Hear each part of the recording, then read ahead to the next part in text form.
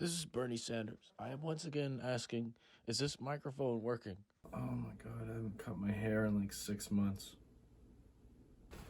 Okay, in my last video, I learned about recycling in Fredericton, but this time around, I wanted to do more than just recycle. Learn from my mistakes and listen to these 5 tips to go zero waste. Like maximizing your food consumption at a buffet, you have to pace yourself. What you should do is replace your wasteful products with environmentally friendly alternatives whenever those wasteful products need to be replaced. You use your regular toothbrushes, and whenever you need to get a new toothbrush, instead of getting a plastic disposable one, get something that's made out of bamboo. The first thing I needed was a compost. I'm here in the... Here I am in Walmart saying nothing important. I needed the bin though because I couldn't throw away my organic waste. With the compost, my waste didn't have to take up space in the landfill. We just had Thanksgiving dinner, and I had everyone put compost into a paper bag on the floor. And this is what happened to the paper bag.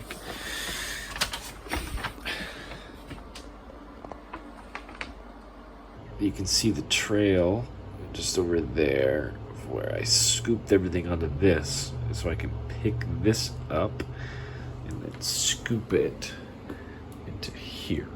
Wet compost 1, paper bag 0. Hello, it is I.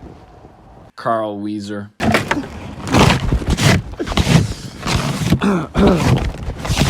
Dust off your trusty compost.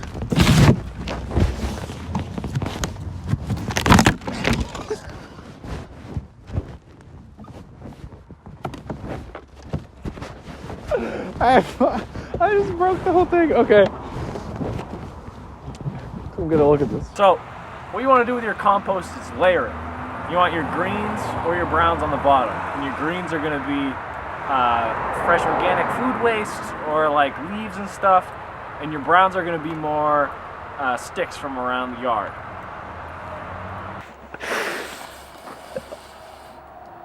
If I was a worm, this would look real scrumptious. I was supposed to drill holes into the side of the bin, but I forgot to buy a drill. And I was also supposed to mix the compost twice a month, and I was supposed to keep the compost moist. But I never did any of that, and by some miracle, it worked. Even after we filled the whole thing with pumpkins from Halloween, it kept going down and decomposing. Someone decided to put cigarette butts in the compost, and those will contaminate it, so I'll have to take them out whenever the compost thaws. Moral of the story is, if I would have planned better, I would have had more success with the compost, but by some miracle, it seemed to work anyway. Tip number 2, know your local waste management. Fredericton has a curbside recycling program. Every week you put your gray or blue bin out on the curb and it's collected and sorted at FRSW. Fredericton doesn't do that for compost, though. But there is this facility called the Fredericton Municipal Compost Facility. The road to the facility is closed, and from the road I could only see this sign. There's no website for it either, just the phone number. They never returned my calls, and the sign says that it's open from April to November, but the website says it's open from May to October. By the time of this recording, I guess the facility's closed for the year, so it wouldn't really help much if I relied on them in my guide. Although FRSW doesn't compost, they have their landfill gas utilization plant. Wells run underneath the landfill and collect the methane gas from decomposing organic waste. Vacuums suck the gas up and send it to this processing plant. The gas moves through the engine, then they send the generated energy to the NB power grid. We're a landfill gas utilization plant, which is, as I mentioned, heating and lighting 2,300 homes. It's a steady flow. However, the less waste that goes into the landfill, the longer the landfill can stay open. So, composting is still a viable option in Fredericton. Tip number 3, research your ranch dressing. Yes, you too can benefit from Google. Here, you can find the 2 most important things when shopping: waste-free products and where to find them.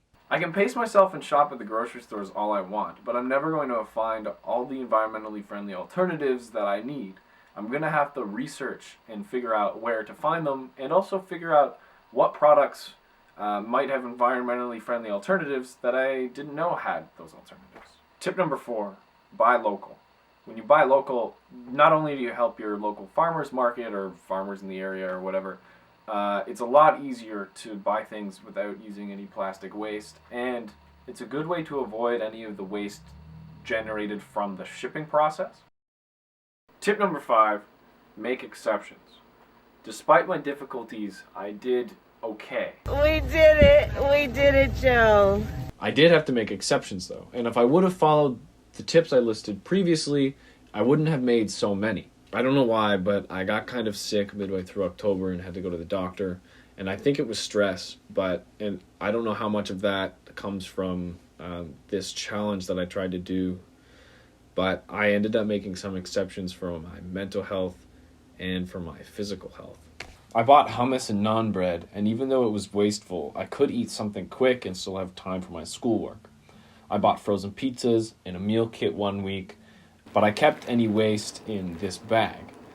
I threw out hazardous waste though, like face masks and gloves, although I used reusable face masks as much as I could, and I threw out any garbage that touched meat products. Overall, I learned a lot. I didn't do as well as I wanted to, but I know how to do it properly now. And the most important thing I think for anyone to know, if they wanted to go waste-free, is that you don't have to change everything immediately. Replace your wasteful products with recyclable or compostable alternatives, and if there are none of those available, try and get something made with less packaging, something made with less plastic. Any change towards environmentally friendly alternatives is a good change. You can replace a wasteful product once a month or find one thing every 6 months.